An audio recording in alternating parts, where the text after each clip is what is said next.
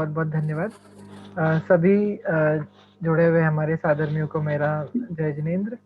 आदरणीय राकेश पंडित जी, आदरणीय छोटे दादा, अध्यक्ष महोदय एवं मुख्य अतिथि महोदय, सभी को मेरा सादर जय जिनेन्द्र, सादर प्रणाम। और मेरा परिचय जिस प्रकार दिया गया है तो उसके लिए बहुत बहुत धन्यवाद, लेकिन इतनी प्रशंसा का मैं पात्र खुद को नहीं समझता। अब अधिक विलंब ना करते हुए मैं अपना वक्तव्य प्रारंभ करता हूँ। त्रैकाल्यं द्रव्यषट्कं नवपदसहितं जीवषट्कायलेश पञ्चान्ये चास्तिकाया व्रतसमितिगति ज्ञानचारित्रभेदा इत्येतन्मोक्षमूलं त्रिभुवनमहितै प्रोक्तमर्हद्भिरीशे प्रत्येति श्रद्धधातिस् प्रचति च मतिमान् यः सवे शुद्ध दृष्टि। जो आज के दिन मुझे विषय दिया गया है, अर्थात दिव्य ध्वनि में प्रसारित वस्तु स्वरूप, बहुत ही रोचक किंतु बहुत ही आवश्यक विषय मैं मानता हूँ इसे। सबसे पहली बात तो दिव्य ध्वनि में प्रसारित वस्तु स्वरूप, तो क्या दिव्य ध्वनि में प्रसारित वस्तु स्वरूप, दिव्य ध्वनि में उसकी चर्चा आई, दिव्य ध्वनि में वो बताया गया, क्या इस कारण से उसे हम सच मान लें या फिर अन्य, क्या या फिर इसका उल्टा समझा जाए, अर्थात वह वस्तु स्वरूप जैसा है उस प्रकार वैसा का वैसा वस्तु स्वरूप को जानने वाले केवल ज्ञानी भगवान है, जो वीतरागी सर्वज्ञ है एवं हितोपदेशी है। वैसा का वैसा उसको जानने वाले हैं और उसको जैसा जानकर जैसा जाना वैसा का वैसा उसको बताया, इसीलिए जैसा वस्तु स्वरूप है वैसा दिव्य ध्वनि में आया। इसलिए ऐसा कहा जाना चाहिए कि दिव्य ध्वनि में आने वाला वस्तु स्वरूप वास्तव में सत्य है और हमारे कल्याण में निमित्त है, कार्यकारी है।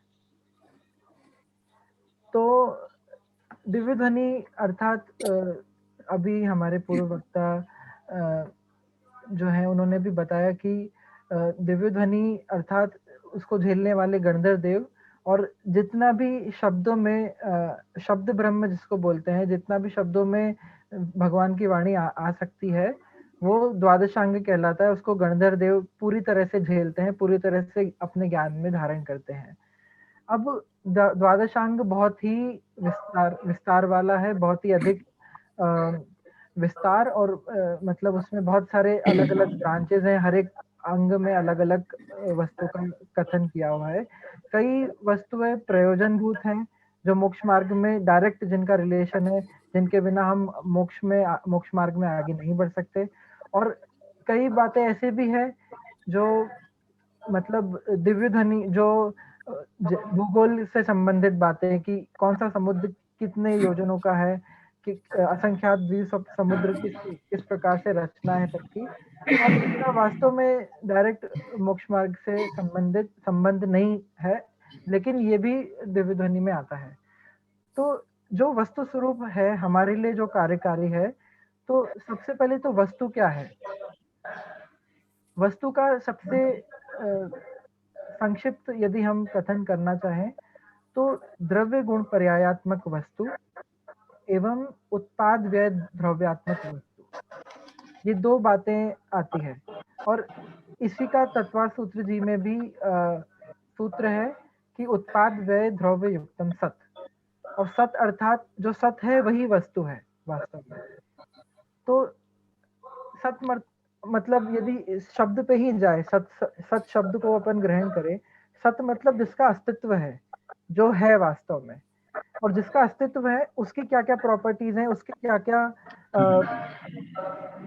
क्या क्या एट्रीब्यूट्स हैं, उसके क्या क्या उसमें क्या विशेषताएं हैं, तो वो इस सूत्र के माध्यम से बताई कि वह उत्पाद व्यय द्रव्यात्मक है।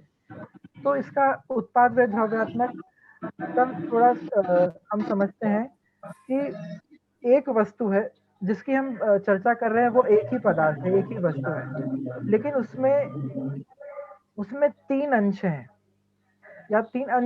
या फिर कहें कि वह वस्तु ही तीन रूप से है, तीन तरह से है, 3 एस्पेक्ट हैं उस वस्तु में, 3 प्रकार से उस वस्तु का कथन भी किया जाता है और 3 प्रकार से वह है भी सही। जैसे उत्पाद अर्थात उस वस्तु में कुछ ऐसा एट्रिब्यूट है, कुछ ऐसी अंश है जो जिसका नया जन्म होता है।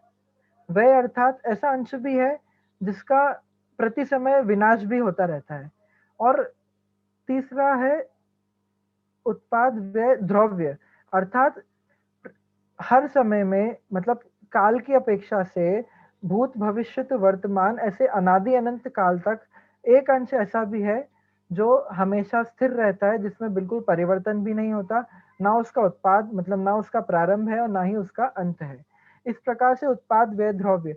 तो वस्तु में क्या ऐसा है कि एक ही वस्तु के 3 अलग-अलग खंड हैं और हर एक खंड जो है वह उत्पाद रूप है, एक खंड जो है व्यय रूप है और एक खंड जो है वो अ, हमेशा स्थिर रहने वाला ऐसा नहीं है। वास्तव में यदि हम उदाहरण भी लिया लें इसके प्रति, तो जो बहुत ही जिनवाणी में भी जगह-जगह ऐसा उदाहरण मिलता है। मिट्टी का या सोने का उदाहरण लिया जाए, तो जैसे स्वर्ण है, जब वो उसकी खदान में होता है, तो अनेक प्रकार की कीट कालिमा दूषण से सहित होता है स्वर्ण। और जब उसको वहाँ से निकाला जाता है खुदाई करके और फिर उसमें अनेक प्रकार से 16 ताव दिए जाते हैं और अनेक प्रकार से उसकी शुद्धिकरण किया जाता है, तो वही स्वर्ण आपको उसके अनेक प्रकार के जो उसका चमक है, उसका पीलापन है, ये सारे गुण प्रकट होते हुए अपने को हमें वहाँ पर देखे जाते हैं। इसके बाद उसी स्वर्ण का कंगन बन सकता है, वो कंगन को तोड़ करके फिर हार बन सकता है, ऐसे अनेक प्रकार की चीज़ें, आभूषण उसी स्वर्ण से बनाए जाते हैं। तो इसका मतलब ये क्या ऐसा है कि वो जो स्वर्ण था, उसमें कुछ ऐसा अंश था जिसका पहले विनाश कर दिया गया। जब उसको हमने निकाला खदान से और जब कंगन अवस्था में था, तो कोई ऐसा अंश था जिसको हमने नष्ट कर दिया और उसे नष्ट करके जब वो हार रूप में आया, तब वो अ, तब वो दूसरे कोई नए अंश का उसमें प्रकट पना हुआ। इस प्रकार से ना कहकर ऐसा कहा जाए कि वास्तव में वह स्वर्ण तो था, लेकिन जिस प्रकार से वह दिखता था, जिस प्रकार से मतलब जिस प्रकार से उसकी अवस्थाएँ थी, मात्र वो अवस्थाएँ पलट करके लेकिन जो उसका कॉम्पोज़िशन था उस सोने का, जो-जो भी उसके अनंत वास्तव में उसमें जो-जो भी एट्रिब्यूट्स थे, वो तो स्थिर रहे। उसका स्वर्णपना कभी भी समाप्त नहीं हुआ, बस उसका शेप बदल गया, उसका रंग आदि जो थे, उसमें पहले कुछ और रंग पीला रंग उसमें दिखाई नहीं देता था, वो बाद में दिखने लगा। इस प्रकार से ये जो परिवर्तन हुआ, उस परिवर्तन को विषय बनाने के लिए ये उत्पाद और व्यय ये 2 जो वस्तु के विशेषण हैं, इनकी आवश्यकता पड़ती है और ये वास्तव में है भी सही। अब वस्तु का दूसरा विश्लेषण जो होता है, जो जिनवाणी में है, वह है द्रव्य गुण पर्यायात्मक रूप वस्तु। तो ये वास्तव में दोनों पैरेलल है, समानांतर चीज़ें हैं दोनों, उत्पाद व्यय द्रव्य और द्रव्य गुण पर्याय। तो इसमें द्रव्य गुण पर्याय में भी द्रव्य हम कह सकते हैं कि द्रव्य और गुण ये जो अंश हैं, ये दोनों अंश ये दोनों अंश द्रव्यात्मक हैं, जिनमें जो हमेशा रहेंगे और जो पर्याय अंश है, ये पर्याय अंश आपके उत्पाद और व्यय इन दोनों जो विशेषण है उसके लिए पर्याय अंश प्रयोग में आता है कि हर एक समय वस्तु में हर एक समय पर्याय पलटती रहती है। हर एक समय में पर्याय का परिवर्तन होता रहता है और अ, ये जो पर्याय हैं, ये इनका ही वास्तव में नए समय में एक नई पर्याय का जन्म होता है और उसी समय के अंत में वो पर्याय का भी विनाश हो जाता है। लेकिन जो द्रव्य है और द्रव्य में अनंत गुण हैं, वो अ, हमेशा ही ध्रुव्य रहते हैं, हमेशा ही विद्यमान रहते हैं। इस प्रकार समय का भी अभी अभाव हो रहा है।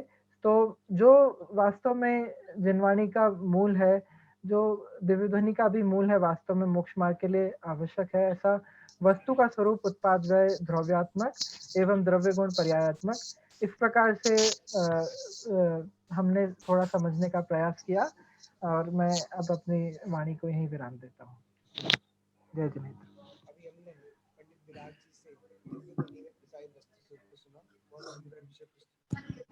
अभी हमने पंडित विराग जी के माध्यम से दिव्य ध्वनि में प्रसारित वस्तु का स्वरूप क्या है, वस्तु किसे कहते हैं इत्यादि विविध पहलू से उन्होंने अपना विषय स्पष्ट किया। अब मैं विशेषज्ञ विद्वान से निवेदन करता हूं कि वो इस विषय में कुछ टिप्पणी करें या प्रश्न पूछें। जय जिनेन्द्र। भाई विराग जी ने विश्लेषणात्मक तरीके से उत्पाद व द्रव्यात्मक वस्तु और द्रव्य गुण पर्यायात्मक वस्तु भगवान की दिव्य ध्वनि में खिरती है, इसकी चर्चा यहाँ पर किस प्रकार से उत्पाद है, व्यय है, द्रव्यता है, द्रव्य क्या है, गुण क्या है, इसकी पर्याय क्या है, उसकी चर्चा आपने की। सामान्य बात तो ये है कि तिलोय परिणति गाथा 905 में ये चर्चा आई कि यह भगवान की जो दिव्य ध्वनि है वह भव्य जीवों को 6 द्रव्य, 9 पदार्थ, 5 अस्तिकाय और 7 तत्वों का नाना प्रकार के हेतुओं द्वारा निरूपण करती है। ये वस्तु स्वरूप है कि जगत में 6 द्रव्य हैं, 7 तत्व हैं, 9 पदार्थ हैं, इन सबका 5 अस्तिकाय हैं, इन सबको बताना, इसके विस्तार हम जब करेंगे तो तब उसमें जाकर के हमको फिर चारण योग रूप विशद कथन उसका प्राप्त होगा।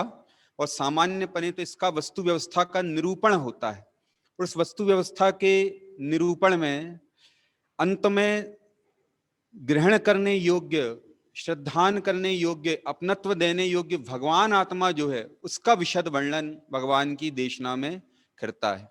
हितोपदेशता के प्रकरण में हम सभी ने ये बात समझी है कि भगवान का उपदेश सभी जीवों के हित के लिए खिरता है। सामान्य रूप से सभी जीवों का हित सर्वोदय तीर्थ कहा जाता है, सभी का हित होता है। तो वे विशद वस्तु व्यवस्था बता करके भगवान की दिव्य ध्वनि में अकर्तत्व क्या है, अभोक्तृत्व क्या है, ज्ञाता स्वरूप क्या है, इसका भी स्वरूप भगवान की वाणी में वस्तु स्वरूप बता करके आता है। और जगत में जीव उसे ग्रहण करते हैं, उसे समझते हैं भव्य जीव, और समझ करके अपने आत्महित के प्रयोजन को साधते हैं। आपने अच्छी बारीकी से यहाँ पर सुंदर चर्चा की।